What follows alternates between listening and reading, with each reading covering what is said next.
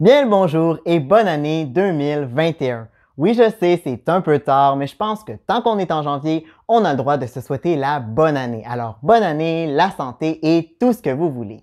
Qui dit nouvelle année dit résolution, et qui dit résolution dit procrastination. C'est vrai, qui n'a jamais rédigé sa dissertation la veille de la remise, commencé à étudier 1 heure avant l'examen ou repousser le début d'un projet qui lui tenait véritablement à cœur. On est tous des procrastinateurs, à différents niveaux bien sûr, mais il n'en demeure pas moins qu'on finit tous par procrastiner à un moment ou à un autre. Comme première vidéo de l'année, j'avais envie de parler de la procrastination, à la fois pour tenter de l'enrayer, mais surtout pour la comprendre et voir en quoi elle peut devenir dommageable.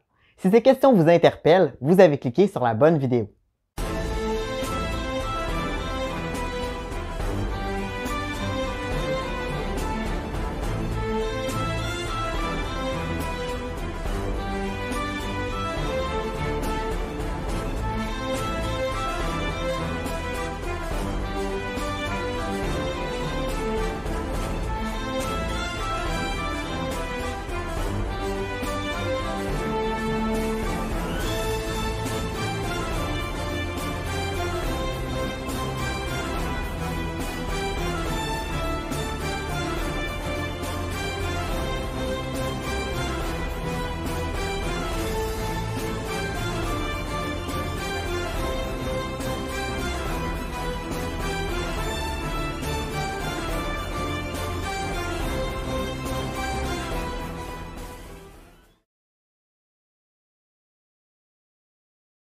Avant de commencer, je tiens à préciser que je ne suis pas un spécialiste de la procrastination et que je peux bien entendu me tromper.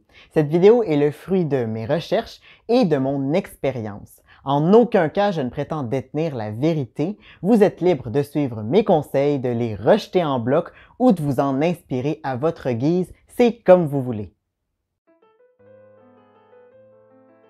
J'ai parfois honte de le dire, mais je suis un grand procrastinateur. J'ai vu ma procrastination me prendre un temps énorme, un temps qui, je le sais, aurait pu être mieux investi. C'est d'autant plus vrai qu'en tant qu'écrivain, la procrastination est l'élément le plus nuisible à l'achèvement de mes projets d'écriture. La procrastination est le fait de remettre délibérément à plus tard ce qui pourrait être fait dans l'immédiat. Attention, toute remise à plus tard n'est pas de la procrastination. La vie est imprévisible, elle est semée d'embûches et il peut arriver que l'on doive remettre une tâche ou une action à plus tard. Dans le cas de la procrastination, cependant, le report n'est pas nécessaire. Il est inutile et il peut compromettre la réussite d'un projet ou l'atteinte d'un objectif. L'instigateur est généralement conscient de la nuisance et de l'inutilité du délai, mais il choisit quand même de repousser la tâche. La procrastination est insidieuse. Elle se met en place facilement et rapidement, mais elle est difficile et longue à déloger. Ses effets à court terme sont bénins, mais à long terme, ils peuvent être catastrophiques. Dans certains cas, on ne parle pas d'un simple échec à un examen, mais de l'échec de tout un parcours scolaire, voire d'une carrière. Parfois, on peut même parler de la déception de toute une vie. Dans son livre Solving the Procrastination Puzzle, le professeur de psychologie Timothy Pychyl évoque les regrets des personnes en fin de vie. Hormis la perte d'un être cher, les principaux regrets se déclinent en deux catégories. Soit les gens regrettent ce qu'ils ont fait, soit ils regrettent ce qu'ils n'ont pas fait. Dans le second cas, les regrets concernent surtout des accomplissements irréalisés, des projets inachevés ou des objectifs non atteints. Il peut s'agir de rêves d'enfance, de voyages ou de projets personnels. Ces regrets sont souvent le résultat d'une longue procrastination et celui qui les ressent est forcé de les emporter avec lui dans la tombe. Ce qu'il faut retenir, c'est que la procrastination a un coût qui est difficile à mesurer au jour le jour, mais qui est exorbitant quand on reçoit la facture, surtout si on est en fin de vie. On associe souvent la procrastination à la simple paresse. Mais en réalité, c'est plus compliqué que ça. En tant qu'être humain, nous sommes des êtres émotionnels. Nous ressentons des émotions positives et négatives et celles-ci fluctuent dans le temps. Les émotions positives sont associées à des sensations souhaitables et agréables. Elles sont éminemment recherchées. Les émotions négatives sont, quant à elles, associées à des sensations désagréables, elles sont à éviter. Dans ce système, la recherche d'émotions agréables nous pousse à prioriser les actions qui nous procurent un plaisir instantané plutôt que celles dont le plaisir vient sur le long terme. Le plaisir instantané est un petit plaisir. Il agit comme une récompense immédiate et il est facile à obtenir. Il se retrouve principalement dans les actions passives, comme regarder un film, surfer sur Internet ou consulter ses réseaux sociaux. Il demande généralement peu ou pas de travail. Le plaisir à long terme, quant à lui, est moins accessible. Il s'obtient après le déploiement d'efforts considérables qui durent dans le temps. Il est grand et donne des sensations fortes et agréables, telles la satisfaction ou la réalisation. Il concerne le plus souvent l'atteinte d'objectifs ou d'accomplissements comme l'obtention d'un diplôme ou la publication d'un roman. Avant de délivrer des émotions positives, ces projets à long terme nécessitent un travail exigeant qui engrange toute une gamme d'émotions négatives, comme l'ennui, l'anxiété, l'envie, le doute, la colère ou le découragement. Pour éviter les sensations désagréables associées à ces émotions, nous nous tournons vers des plaisirs instantanés et repoussons au lendemain le moment de nous mettre au travail. Le report nous donne une satisfaction temporaire et les sensations négatives sont aussitôt remplacées par des sensations positives. Le lendemain, au moment de nous mettre au travail, les sensations désagréables nous envahissent et nous remettons une fois de plus la besogne au jour d'après. Il en va de même le surlendemain et les jours suivants, jusqu'au moment où nous n'avons plus d'autre choix que de nous mettre à la tâche, la veille d'un examen par exemple. Dans le cas d'un rêve ou d'un projet personnel où il n'y a aucune date butoir, il peut arriver que le cycle de la procrastination ne soit jamais brisé, d'où le regret de certains mourants. Il n'y a pas de recette magique pour enrayer la procrastination, mais la volonté d'agir et de changer est déjà un pas dans la bonne direction. Il ne faut pas se leurrer non plus, la volonté ne fait pas tout. Même s'elle est puissante et sincère, elle n'est rien à côté des gestes concrets. Et la mise en pratique de ces gestes passe par une prise de conscience globale. Le premier pas vers cette prise de conscience est de prendre le pouls de la situation en identifiant une par une les tâches sur lesquelles on procrastine et en repérant les émotions négatives associées. Sur quelles tâches procrastine-t-on? Quelles sont les sensations désagréables occasionnées par ces dites tâches? Il peut être utile de lister les tâches et les émotions afin d'avoir un portrait précis de la situation. Un second pas vers la prise de conscience est de mesurer le coût de sa procrastination. Pour chaque tâche identifiée précédemment, il faut se demander en quoi le fait de procrastiner nous est préjudiciable. Quels seront les dommages à long terme? Si on procrastine sur ses devoirs, quels seront les effets sur ses résultats scolaires? Si on remet sans cesse l'écriture de ce premier chapitre, quels seront les effets sur son manuscrit? Imaginer ses regrets quant à l'échec de certaines réalisations peut aussi être un bon moyen d'évaluer le coût de sa procrastination. On peut se demander, si je devais mourir aujourd'hui, quels seraient mes plus grands regrets? Il ne faut pas non plus hésiter à considérer le retour de balancier de la procrastination, qui implique nécessairement de passer par des émotions encore plus négatives que celles qu'on a cherché à éviter de prime abord.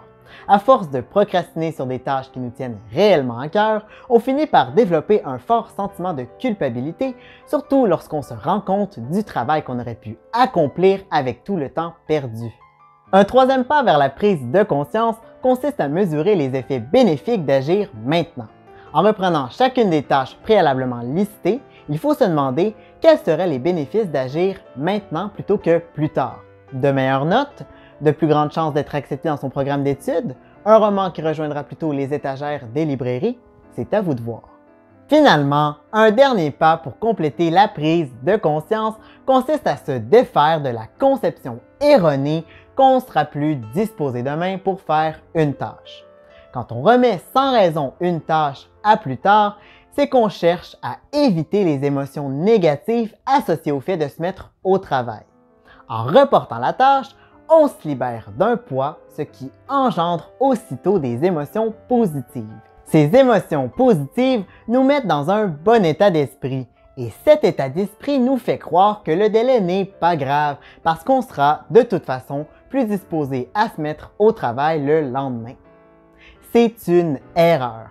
Parce qu'on oublie que le lendemain, on ne sera pas dans le même état d'esprit et que les émotions négatives évitées la veille vont irrémédiablement refaire surface devant la tâche à accomplir, ce qui nous poussera à vouloir la reporter une fois de plus. En d'autres mots, on se leurre si on croit qu'il y aura une journée, un moment, un instant où on sera dans un état particulièrement favorable pour exécuter une tâche. En avoir conscience est une bonne façon d'éviter de tomber dans la procrastination. Une fois la prise de conscience faite, il faut passer aux gestes concrets. Décliner ses objectifs sous forme de liste, fragmenter ses tâches ou s'imposer une date butoir est un bon début. Mais le vrai geste à adopter est d'anticiper sa procrastination. Il faut revoir ses réactions face aux émotions négatives susceptibles d'entraîner de la procrastination. Une bonne façon d'y arriver est de mettre par écrit ses intentions afin de trouver des alternatives à la procrastination. Par exemple, on pourrait écrire « Si je me sens découragé parce que je suis coincé dans mon roman et que j'ai envie de repousser l'écriture au lendemain, je vais retourner à mon plan et revoir ce qui s'y trouve afin de trouver des façons de me décoincer. » Comme la procrastination est sournoise, il ne faut pas hésiter à se questionner fréquemment sur ses activités. Là, dans le moment présent, suis-je en train de faire ce que j'ai réellement envie de faire? Si la réponse est non, c'est que je suis en train de procrastiner. Le questionnement et l'anticipation ne font pas tout. La vraie clé pour enrayer la procrastination n'est pas de faire la fameuse tâche, le fameux just do it, mais de la commencer, just get started. C'est tout con, mais le simple fait de se mettre à la tâche peut faire une différence, parfois la différence. Parce qu'en se mettant au travail, on s'aperçoit souvent que la tâche n'était pas aussi pénible qu'on le pensait. Il arrive même qu'on s'enthousiasme et qu'on prenne du plaisir. L'appétit vient en mangeant, comme dirait l'autre. La procrastination est fourbe et tenace, mais ce n'est pas pour autant qu'on ne peut pas s'en débarrasser, ou à tout le moins réduire l'emprise qu'elle a sur nous. J'espère que la vidéo vous inspirera afin que vous aussi puissiez vaquer aux occupations qui vous tiennent réellement à cœur. Si vous voulez creuser le sujet, je vous invite à aller voir les travaux de Timothy Pychyl, de même que son livre Solving the Procrastination Puzzle, sur lequel j'ai basé l'entièreté de cette vidéo. Je mettrai les liens de son site web, de son podcast et de son blog en description. N'hésitez pas à aller voir. Sinon, si vous avez aimé la vidéo, faites-moi le savoir en mettant un pouce bleu, en écrivant un commentaire ou en vous abonnant à la chaîne. N'hésitez pas non plus à me partager vos expériences avec la procrastination. Je serais très curieux de vous lire. On se revoit bientôt dans une prochaine vidéo et d'ici là, portez-vous bien et surtout, écrivez bien. Allez, ciao! I'm sorry. I don't want to be an emperor. That's not my business.